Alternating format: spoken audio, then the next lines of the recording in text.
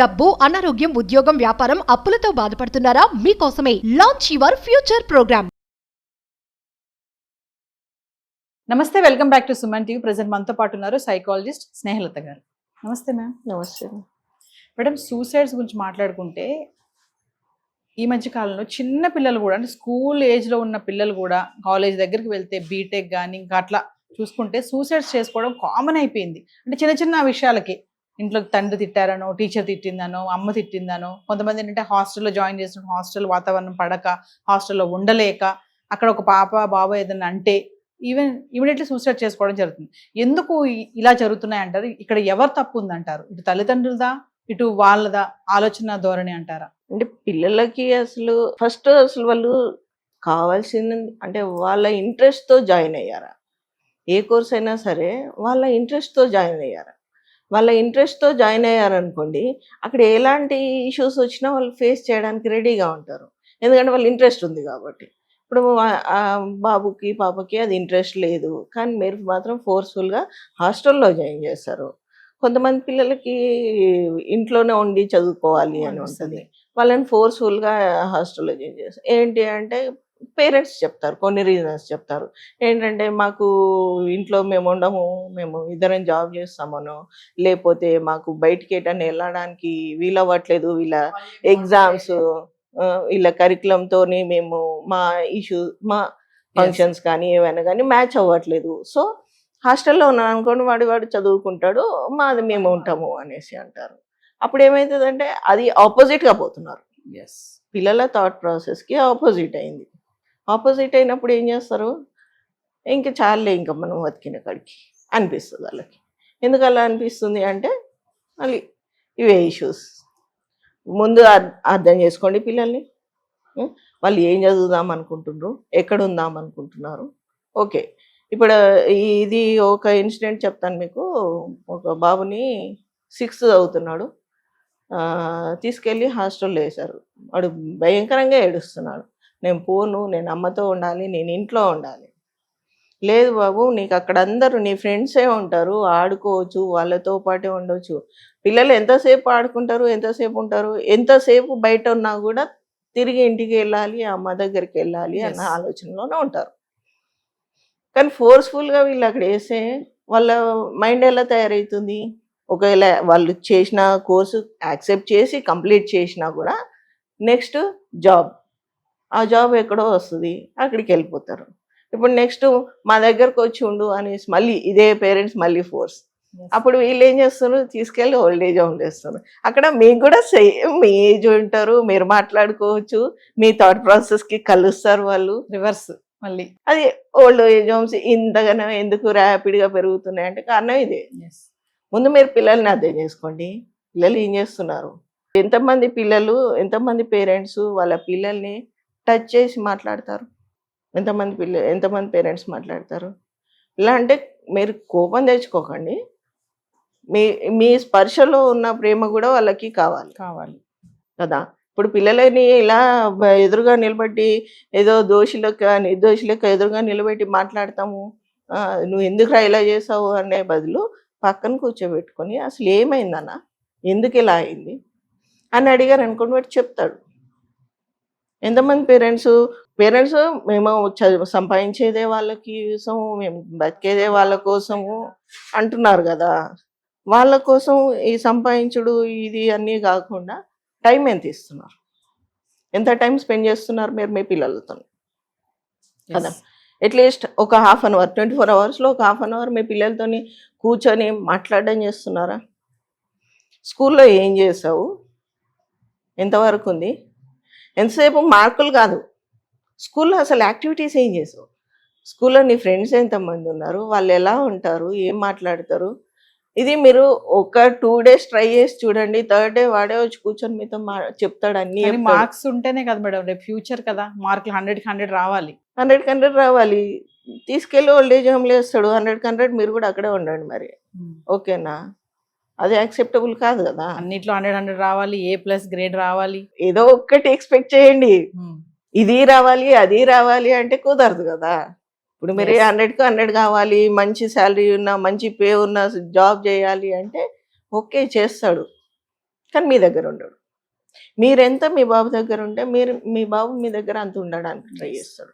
కొంతమంది పేరెంట్స్ ఉంటారు madam, sorry to interrupt you, కొంతమంది పేరెంట్స్ ఉంటారు ఎలా అంటే, ఫాదర్ని తీసుకుందాము, ఇంకెప్పుడు తిట్టడమే, అరే నువ్వు అట్లా చేస్తున్నావు ఇట్లా చేస్తున్నావు, చదువుకోరా, ఎందుకు అట్లా ఖాళీ కూర్చున్నావు, రేపు ఏం చేయాలో ఆలోచించవచ్చు కదా, లైక్ టార్చర్ అనమాట. ఏమన్నా అసలు రేపు అనేది ఉందా? నెక్స్ట్ మినిట్ ఏమవుతుందో మనం చెప్పలేము. రేపు ఉంది అనుకుంటూ వాడిని అలా దూరం పెడితే ఆడేమో అటే వెళ్ళిపోతున్నాడు. అటే వెళ్ళిపోయిన తర్వాత అప్పుడే ఏడుస్తుంటారు. కొంతమంది ఈ రీసెంట్గా చూస్తున్న కేసెస్లో దాంట్లో వాళ్ళు సూసైడ్ లెటర్స్ రాస్తున్నారు కదా, ఆల్మోస్ట్ 1 month నుంచి అమ్మ మాట్లాడట్లేదు నాతో, ఫోన్ కూడా చేయట్లేదు, నాన్న రావట్లేదు, ఏముంటున్నాయి, చనిపోయిన తర్వాత వచ్చి ఏడుస్తున్నారు. ఎందుకు ఏడుస్తున్నారు కదా? ఎప్పుడైతే మనకి కావాలి అని చూసినప్పుడు అక్కడ ఎవరు కనిపించలేదు అనుకోండి, ఒకసారి వెనక్కి తిరిగి చూస్తే మనకి అమ్మ నాన్న కనిపించాలి. కనిపించారు అనుకోండి, ధైర్యంగా ముందుకు వెళ్ళగలుగుతారు పిల్లలు. వెనకాల కనిపించము, మేము డబ్బులు మాత్రం పంపిస్తాము కానీ వెనకాల కనిపించము అంటే వెనకకి చూస్తారు పిల్లలు, ఖచ్చితంగా వెనక్కి చూస్తారు.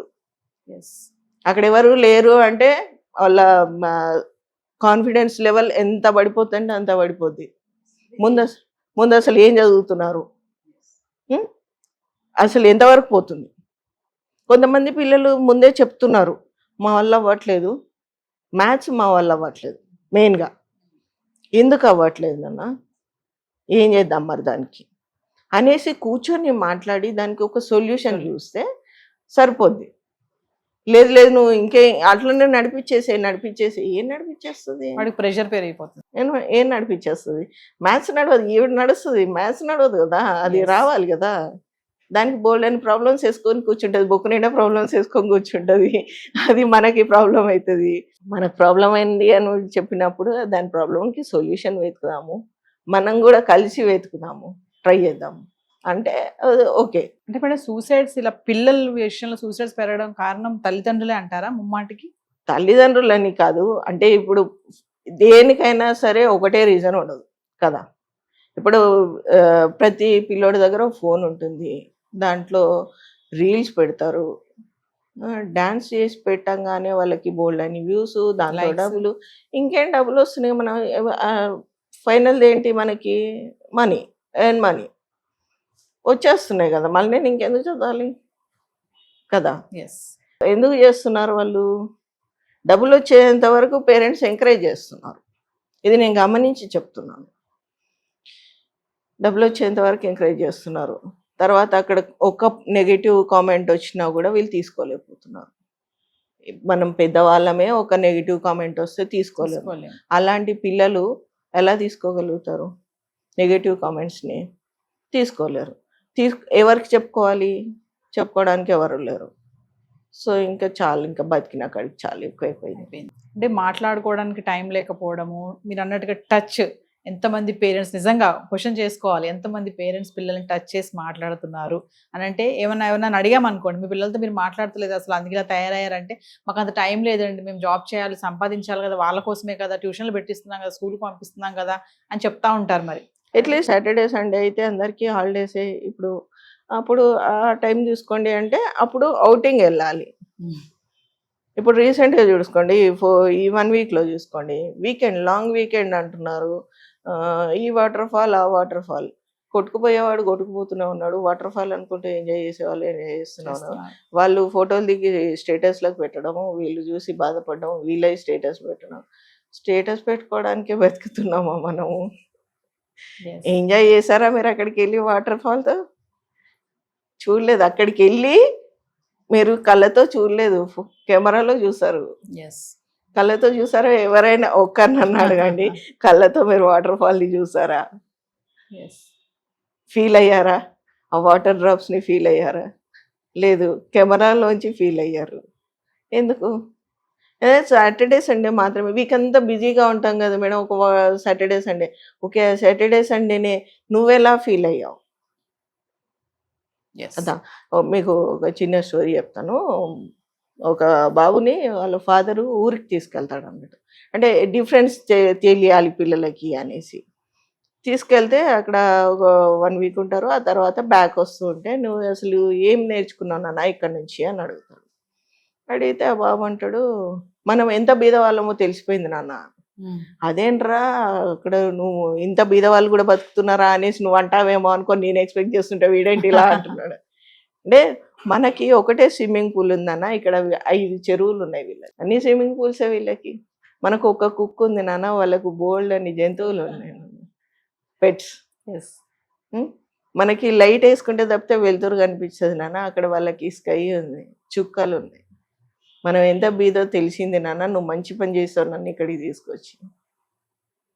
అలా పిల్లలకి నేర్పిద్దాము అని ఎంతమంది పేరెంట్స్ తీసుకెళ్తారు. ఎస్. ఇప్పుడు ఈ 1 వీక్లోనే తీసుకోండి, ఏం నేర్చుకుంటారు, ఏం లైఫ్ లెసన్స్, ప్రతి దాంట్లో లైఫ్ లెసన్ ఉంటుంది. అందులో ఏం నేర్చుకున్నారు మీ పిల్లలు ఎస్. కదా? మేము ఉన్నాము అన్న ధైర్యం ఇవ్వండి. ఇప్పుడు స్కూల్లో టీచర్ ఏదో అన్నది అనగానే పరిగెత్తుకొని పోయి టీచర్ మీద గొడవ చేయడం కాదు.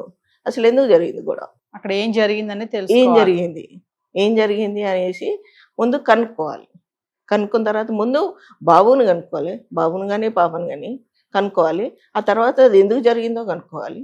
ఆ తర్వాత యాక్షన్. ఎస్. కానీ మనం ఏం చేస్తున్నాం, ముందే యాక్షన్, ఫైర్ అయిపోతాం ఫస్ట్. ఫైర్ అయిపోతాం. ఆ తర్వాత ఏమవుతుంది, ఆ పిల్లోడికి అప్పుడు మీకు ఇది చేశానురా అది చేశానురా అని మళ్ళీ చెప్పడం ఒకటి. ఎస్. ఎవరు మాకు ఏం చేయక్కర్లేదు అనేసి వాళ్ళు ఫుల్ స్టాప్ పెట్టేస్తున్నారు. ఏమవుతుంది, ఇప్పుడు రీసెంట్ ఇష్యూనే తీసుకుంటే సూసైడ్ లెటర్స్లో చెల్లినన్నా అడిగి జాయిన్ చేయండి అంటే ఏమన్నా అడగకుండానే జాయిన్ చేశారు. అడిగి దాని ఇంట్రెస్ట్ ఉందా లేదా, మంచిగా చదవమని చెప్పండి అనేసి. ఎస్. దాంతోనే తెలుస్తుంది కదా ఆడికి ఆ ఇంట్రెస్ట్ లేదు. ఇంట్రెస్ట్ లేక ఇంజనీరింగ్ కాకపోతే ఇంకా వేరే స్టడీసే లేవా? నువ్వు ఇంజనీరింగ్ అవ్వాలి, నువ్వు డాక్టర్ అవ్వాలి, ఇంజనీర్ రెండే. ఈ 2 కాకుండా ఇంకా వేరే లేవా, వేరే జాబ్ భవిష్యత్తు లేదు వేరే వాటికనే పేరెంట్స్ ఎంతమంది ఇంజనీర్ చేసే వాళ్ళు, ఇంజనీరింగ్ స్టూడెంట్స్ ఆ వర్క్ మాత్రమే చేస్తున్నారు? ఎంతమంది చేస్తున్నారు? చేయట్లేదు కదా. ఇప్పుడు మిమ్మల్ని మీరే క్వశ్చన్ చేసుకొని మీరు చదివింది ఏంది, మీరు చేస్తున్న జాబ్ ఏంది? నేను చదవలేని మొర్రు అని పిల్లలు చెప్తూ ఉన్నా కూడా చాలా మంది పేరెంట్స్ ఎందుకు చదవలేవు, వాడు చదవట్లేదా, వీడు చదవట్లేదా, నువ్వెందుకు చదవలేవు అని అంటున్నారు తల్లిదండ్రులు. ఇప్పుడు చేప ఈదుతుంది కదా అని అన్నిటిని తీసుకెళ్ళి నీళ్ళలో వేసి ఈదాలి నువ్వు కూడా అంటే అలా ఈదుతాయి. మీ పిల్లలకి అసలు ఏంటి, మనము పిల్లలతో టైం స్పెండ్ చేయమనేది నేను అందుకే. పిల్లలు అసలు దేంట్లో ఉన్నారు ఇంట్రెస్ట్?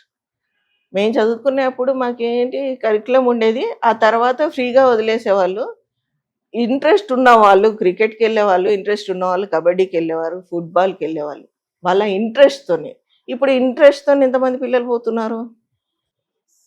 పక్కన వాడు పోతున్నాడు క్రికెట్ టీంకి, మనవాడిని కూడా పంపించేద్దాం. స్కేటింగ్, స్విమ్మింగ్, డాన్సింగ్, సింగింగ్, అసలు వాడికి ఆ ఇంట్రెస్ట్, ఆ టాలెంట్ ఉందా, ఆ ఇంట్రెస్ట్ ఉందా? నీ ఇంట్రెస్ట్ అంతా వాడి మీద రుద్దుతున్నారు. నీకు ఎప్పుడో చేయాలనిపించిన పనులని ఇప్పుడు వాడు చేయాలి అంటే అక్కడ చేస్తాడు. వాడికంటూ ఒకటి ఇంట్రెస్ట్ ఉంటుంది కదా, అది చిన్న బూర కానీ పెద్ద బూర కానీ ఆ బూరకు కూడా కొంత ఆలోచనలు ఉంటాయి కదా.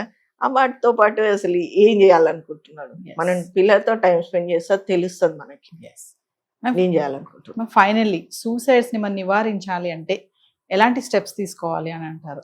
పిల్లలు ఏది చెప్పినా సరే వినండి ఫస్ట్.